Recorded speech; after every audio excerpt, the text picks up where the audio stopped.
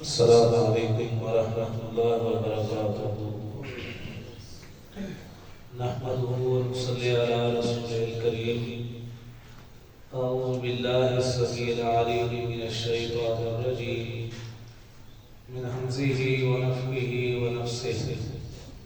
بسم اللہ الرحمن الرحیم۔ فلاقتحم العقبہ وما أدراك ما العقبة فك رقبة أو إطعام في يوم ذي مسغبة۔ اللہ تعالیٰ کا ارشاد گرامی ہے کہ انسان کیوں دشوار گزار گھاٹی میں چھلانگ کیوں نہیں لگاتا؟ پھر فرمایا کہ کیا تجھے معلوم ہے کہ وہ دشوار گزار گھاٹی کون سی ہے؟ فرمایا کہ فک رقبہ، گردن کو آزاد کرانا، او اطعام فی یوم ذی مسغبہ، یا پھر لوگوں کو کھانا کھلانا ان حالات ایام میں کہ جب انسان کے پاس خود کے لیے کھانے کو نہ ہو۔ یہ وہ دشوار گزار گھاٹی ہے جس میں کودنے کی اللہ تعالی ہر مسلمان کو ترغیب دے رہی ہے۔ تاریخ دمشق جلد نمبر 52 میں یہ واقعہ آتا ہے کہ 3 لوگ بیت اللہ کے صحن میں بیٹھے تھے۔ اس بات پر ان کا جھگڑا شروع ہو گیا کہ عرب کے لوگوں میں سے سب سے بڑا سخی کون ہے؟ ایک نے دعویٰ کیا کہ عبداللہ بن جعفر وہ سب سے بڑا سخی ہے، دوسرے نے دعویٰ کیا کہ قیس بن سعد بن عبادہ یہ سب سے بڑا سخی ہے، تیسرے نے دعویٰ کیا کہ عرابہ الاوسی جو ہے یہ سب سے بڑے سخی ہیں۔ جب بات حد سے تجاوز کرتی ہے تو ایک عمر رسیدہ بزرگ نے فرمایا کہ جھگڑنے کی ضرورت نہیں، تم کشکول لے کر جاؤ، جن کا تم دعویٰ کر رہے ہو ان سے کچھ مانگ کر لاؤ اور یہاں آ کر جمع کرو، ہم دیکھ کر فیصلہ کریں گے کہ سب سے بڑی سخاوت کس نے کی۔ عبداللہ ابن جعفر کے متعلق دعویٰ رکھنے والا شخص ان کے پاس جاتا ہے جبکہ وہ کھیت اور زمین میں کام کرنے کے لیے اپنے گھر سے نکل چکے ہیں، اونٹنی پر سوار عین اس حالت میں یہ جا کر ملے اور کہا کہ حالات کا سرایا ہوا ہم کچھ مانگنے کے لیے آیا۔ انہوں نے اونٹنی سے اتر کر اونٹنی کی مہار ان کے ہاتھ میں تھما دی، چمڑے کا ایک تھیلا تھا وہ ان کو دے دیا اور ایک تلوار اس وقت ان کے ہاتھ میں تھی وہ بھی ان کو دے دی اور کہا کہ یہ اونٹنی بھلے آپ کو اس کی قیمت یا اس کا اچھا قیمتی ہونا معلوم ہو یا نہ ہو، یہ چمڑے کا تھیلا جو میں نے آپ کو دیا ہے اس میں کچھ چادریں ہیں اور 4000 دینار موجود ہے، ان پر بھی آپ کی تک نہ بندھے تو کم از کم یہ جو تلوار میں نے آپ کو دی ہے اس کو ضائع مت کرنا، انہو من سیوف علی ابن ابی طالب، یہ حضرت علی رضی اللہ تعالیٰ عنہ کی تلواروں میں سے ایک تلوار ہے، اسے ضائع نہ کرنا۔ اتنی بڑی سخاوت کی، 4000 دینار، کچھ کپڑے کی چادریں، ایک اونٹنی اور ایک تلوار۔ قیس بن سعد بن عبادہ کے صاحب کے پاس جاتے ہیں، دستک دی، پتہ چلا کہ ان کی محب خواب ہے، 2-3 دفعہ دستک دینے کے بعد واپس پلٹنے لگے کہ صاحب خانہ تو بیدار ہی نہیں ہوئے، تو گھر سے ایک خادمہ نکلی، اس نے پوچھا کہ آپ کی حالت و ضرورت کیا ہے؟ اس نے کہا کہ حالات کا ستایا ہوا کچھ مانگنے کے لیے آیا ہے۔ اس نے کہا کہ آپ کی یہ ضرورت اور حاجت قیس بن سعد بن عبادہ کو جگانے سے زیادہ ہلکی اور چھوٹی اور آسان ہے، یہ حاجت و ضرورت میں ہی آپ کی پوری کر دیتی ہوں۔ چنانچہ گھر سے 400 دینار لائی، وہ اس نے آ کر جمع کرایا اور کہنے لگی کہ قیس بن سعد بن عبادہ کے گھر کے اندر نقدی کی شکل میں آج کے دن کے اندر ساری کی ساری پراپرٹی اس کی یہی ہے، البتہ آپ ایسے کریں، فلاں مقام پر ان کا ڈیرا ہے، اونٹوں کا باڑا ہے، وہاں ان کے اونٹ ہیں اور کچھ غلام ہیں، آپ وہاں چلے جائیں اور میرا ان کو پیغام دینا، آپ کو سواری کے قابل ایک اچھا اونٹ بھی مہیا کریں گے اور ان غلاموں میں سے ایک غلام بھی اپنی خدمت کے لیے ساتھ دے گا۔ ایک غلام بھی مل گیا، ایک اونٹ بھی مل گیا اور 400 دینار بھی مل گئے۔ قیس بن سعد بن عبادہ جب بیدار ہوتے ہیں تو خادمہ نے خبر دی تو فرمایا کہ اعلیٰ نبہتنی، جب وہ مانگنے والا دروازے پہ کھڑا تھا تو نے مجھے اس وقت کیوں نہیں جگایا؟ ممکن ہے کہ جو چیزیں تو نے اس کو دی ہیں اس سے اس کی ضرورت پوری نہ ہو، کاش کہ مجھے جگاتی،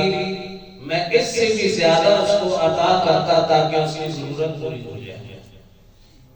اس نے بھی آگر اپنا مال جمع کروا دیا۔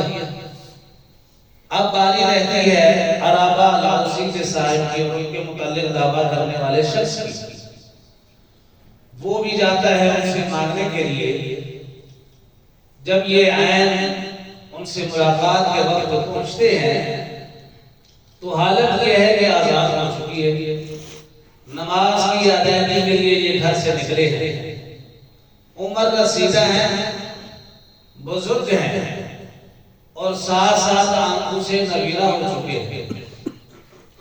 اور نبینا ہونے کی وجہ سے یا کمزور ہونے کی وجہ سے دائیں بائیں دو غلام ہیں جن کے کندھوں کے اوپر اپنے ہاتھ رکھے ہوئے ہیں، جو وہ دونوں غلام جو ہے ان کو چلا کر مسجد کی طرف لا رہے ہیں تاکہ بروقت میں مسجد میں پہنچ کر نماز باجماعت ادا کر سکیں۔ یہ طرز زندگی تھا قوم اولیٰ کے مسلمانوں کا۔ سیدنا عبداللہ بن مسعود رضی اللہ تعالیٰ عنہ فرماتے ہیں کہ پیارے پیغمبر صلی اللہ علیہ وسلم کی حیات مبارکہ میں جب جماعت سے سلام پھرتا تو پیچھے کسی آدمی کی ایک رکعت رہ جاتی یا دو رکعتیں رہ جاتی تو ان کو دیکھ کر صحابہ کرام کا وہم اور خیال انتہائی غلط ہو جاتا تھا کہ ممکن ہے یہ جو پیچھے کھڑے ہیں نا ان کے اندر کہیں نفاق نہ آ گیا۔ اللہ اکبر کبیرہ۔ این اس حالت میں ان سے ملے اور کہا کہ حالات کا ستایا ہوا کچھ چاہیے، تو انہوں نے اپنے دونوں ہاتھوں کو غلاموں کے کندھوں سے اٹھایا، دونوں ہاتھوں سے تالی بجائی اور کہنے لگا کہ اللہ کی قسم، آج کے اس کے اندر عرابہ لاؤسی کی ملکیت، جائیداد، پراپرٹی، وراثت، مال، دولت صرف یہی دو غلام تھے جن کو صرف میں نے اپنے نماز کو بروقت جماعت کے ساتھ مسجد میں ادا کرنے کے لیے روکا ہوا تھا۔ پتہ نہیں تیری کتنی بڑی مجبوری اور ضرورت ہوگی، جاؤ ان دو غلاموں کو لے جاؤ۔ اور کہتے ہیں کہ وہ نیچے گر گئے جیسے بچہ بھانگڑے چلتا ہے، گھٹنوں کے بل اپنے آپ کو کشید کر کے آگے لے جاتا ہے، اس طریقے سے وہ چل کے مسجد کی طرف سفر کرتے ہیں۔ اور ان تینوں لوگوں نے آ کر جب مال جمع کرایا تو فیصلہ یہ کیا کہ جب انسان کے پاس کچھ موجود ہو اس کو خرچ کرنا اگرچہ یہ بہت بڑا اثار ہے، بہت بڑی قربانی ہے، بہت بڑا جذبہ ہے، لیکن اصل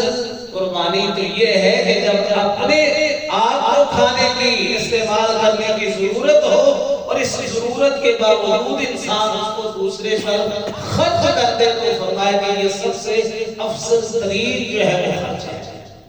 رسول اکرم صلی اللہ علیہ وسلم سے پوچھا گیا نا اللہ کے نبی ایت صدقۃ افضل، سب سے بہترین صدقہ کون سا ہے؟ تو آپ نے فرمایا کہ جہد المقل،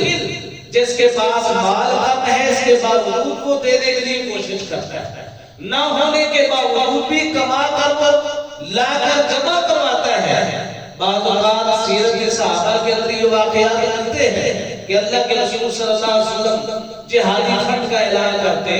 صدقہ کرنے کا اعلان فرماتے، وہ غریب صحابہ جن کے پاس اپنے کھانے کو کچھ میسر نہیں ہوتا تھا وہ فوراً جاتے یہودیوں کے باغات میں اجرت اور مزدوری پر کام کر کے تھوڑا سا سما کر کے لے آتے، چند کھجورے ہی جو اپنے کھانے کے لیے نہیں اللہ کے نبی کی ترغیب کے بعد آقا جمع کرا دیتے تھے۔ تو میرے بھائی اللہ کے رسول صلی اللہ علیہ وسلم کی جذبات، آپ کا مزاج مبارک تھا ہی ایسا کہ آپ کسی فاقہ کش آدمی کو دیکھ کر، مفلوق الحال آدمی کو دیکھ کر، حالات کے بارے اور شکایت ہوئے آدمی کو دیکھ کر پریشان ہو جایا کرتے تھے کہ یہ اللہ کا بندہ اس حالت میں۔ مضر قبیلہ کے کچھ لوگ فاقہ زنا ہے اللہ کے نبی کے پاس تشریف لاتے ہیں اور جناب والا درندوں اور چیتوں کے چمچوں کی جو ہے نا چیتلے جسم کے اوپر لپٹے ہوئے ہیں، تلواریں گلے کے اندر لٹک رہی ہیں، اللہ کے نبی ان کو دیکھ کر کہ یہ فاقہ سے کیسے ستائے ہوئے ہیں پریشان ہو جاتے ہیں، گھر میں جاتے ہیں، باہر آتے ہیں، پھر گھر میں جاتے ہیں، پھر بے چینی سی آنے لگ جاتی ہے۔ آخر کار نماز ظہر کا وقت ہوتا ہے، حضرت بلال فرماتے ہیں کہ بلال اذان ہوتی ہے، نماز پڑھاتے ہیں، نماز کے بعد آپ صلی اللہ علیہ وسلم جو قاری صاحب نے ابھی آیت کریمہ پڑھی ہے وَلْتَنْظُرْ نَفْسٌ مَا قَدَّمَتْ لِغَدٍ، اللہ کے نبی نے یہ آیت پڑھ کر ترغیب دی صحابہ کو کہ ان پر خرچ کرو، یہ حالت غیر ایسے دیکھی نہیں جا رہی۔ صحابہ کرام میں سے سب سے زیادہ غریب صحابی ہوتا ہے، وہ جا کر پہلے ایک کھجور کی مٹھی جو ہے وہ لے کے جمع کرواتے ہیں، پھر یہ آنے واحد کے اندر ایک تسلسل قائم ہو جاتا ہے۔ موجود صحابہ میں سے کوئی صحابی خرچ کرنے سے پیچھے نہیں رہتا، حتیٰ کہ دیکھتے ہی دیکھتے کپڑوں کا ایک ڈھیر لگ جاتا ہے، کھجوروں کا ایک ڈھیر لگ جاتا ہے۔ صحابہ فرماتے ہیں کہ یا اللہ کے نبی کے چہرے پر پریشانی کے آثار ہم دیکھ رہے تھے، جب یہ دو ڈھیر لگ جاتے ہیں تو پھر ہم نے نوٹ کیا کہ اللہ کے رسول صلی اللہ علیہ وسلم کا چہرہ مبارک خوشی سے چمک رہا تھا، دمک رہا تھا، کأنہ مذہب، گویا کہ وہ سونے کی ایک ڈلی اور ٹکڑا ہے۔ اللہ کے رسول صلی اللہ علیہ وسلم تو حالانکہ حقیقی اور رشتہ دار نہیں ہیں، خاندان کے لوگ نہیں ہیں، ان کو فاقے کی حالت میں دیکھ کر آپ کی حالت غیر ہو جائے اور میں اپنے رشتہ داروں کو اس حالت میں دیکھ دوں، اپنی بہن کو ستایا ہوا دیکھوں، اپنے بھائی کو ہلاکا مارا ہوا دیکھوں، اپنے رشتہ داروں میں سے جناب والا یتیم بچوں کو دیکھوں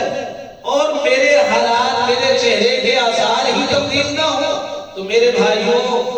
جی کیا ہے؟ انسان کے اندر انسانیت کا درد ہونا چاہیے، احساس ہونا چاہیے۔ تو اللہ تعالیٰ نے فرمایا کہ او اطعام فی یوم ذی مسغبہ، دشوار گزار گھاٹی کے اندر چھلانگ لگانا اور کودنا کیا ہے کہ جب بھوک تمہارے گھر کے اندر ڈیرے ڈال لگی ہو، ان دنوں کے اندر تم نے خرچ کرنا۔ اور کمال بھی یہی ہے کیونکہ کسی صاحب علم نے کہا کہ بہار کے موسم میں تو بہار ہی ہوتی ہے، بہار کے موسم میں تو بہار ہی ہوتی ہے، مزہ تو جب ہے خزاں میں بہار پیدا ہے۔ اللہ ہمیں کی توفیق عطا فرمائے، آمین۔